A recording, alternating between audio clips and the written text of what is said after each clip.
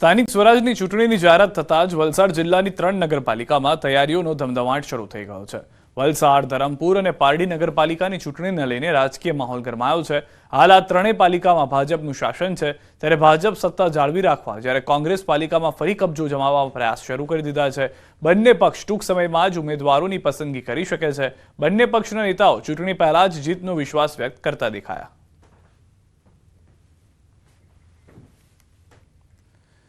સુરતથી સમાચાર। ગોધરામાં 14 વર્ષની વિદ્યાર્થીનીના આપઘાત કેસમાં પોલીસે તપાસ તેજ કરી છે। આદર્શ પબ્લિક સ્કૂલમાં ભણતી વિદ્યાર્થીનીએ ફીના દબાણના કારણે આપઘાત કર્યો, જેને લઈને પરિવારનો આક્ષેપ છે। જે મામલે શિક્ષણ વિભાગ દ્વારા પણ તપાસ કરવામાં આવી રહી છે।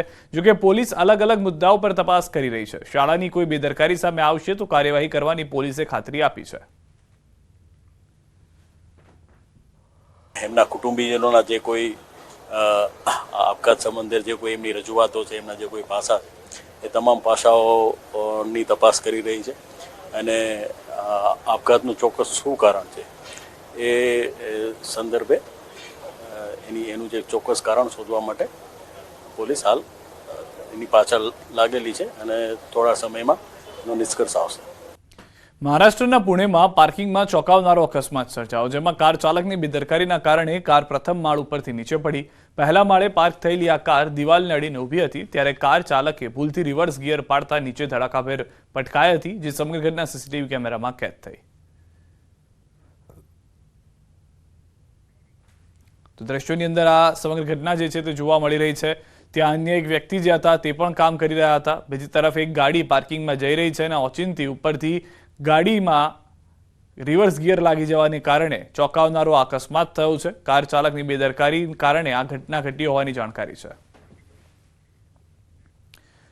અરવલ્લીમાં અકસ્માતનો બનાવ સીસીટીવીમાં કેદ થયો। ભિલોડાના ઘાટી પાસે અમદાવાદ અને આસપાસના વિસ્તારમાં જે રીતે ઘટના ઘટતી હોય છે તેવી રીતે બાઇક અને કાર વચ્ચે અકસ્માત થયો છે। અકસ્માતમાં બાઇક સવારનું મોત થયું છે। અન્ય એક ઘાયલ અકસ્માત બાદ ચાલક જે છે તે કાર મૂકીને ફરાર થઈ ગયો છે। આવી ઘટના મોટા શહેરોમાં સામાન્ય રીતે હિટ એન્ડ રનની જોવા મળતી હોય છે, પરંતુ હવે અરવલ્લીથી પણ સમાચાર મળી રહ્યા છે કે જ્યાં આગળ તેજ રફતારમાં અકસ્માતમાં એક વ્યક્તિનું મોત થયું છે, જ્યારે એક વ્યક્તિ ગંભીર રીતે ઘાયલ હોવાની પણ જાણકારી મળી રહી છે। મોરબીથી સમાચાર। પીજીવીસીએલની ચેકિંગ ટીમ અને લોકો વચ્ચે ઘર્ષણ। હળવદના મિયાણી ગામનો બનાવ। પીજીવીસીએલની ચેકિંગ ટીમ અને પરિવાર વચ્ચે ઘર્ષણ થયું છે। ચેકિંગમાં ગયેલ ટીમને રોકવામાં આવી છે। મહિલા અને પુરુષોએ મળી એસઆરપી જવાન સાથે કરી માથાકૂટ। સમગ્ર બનાવનો વિડીયો વાયરલ થયો છે। પીજીવીસીએલ દ્વારા ફરજમાં રૂકાવટનો ગુનો નોંધવા તજવીજ હાથ ધરાઈ છે।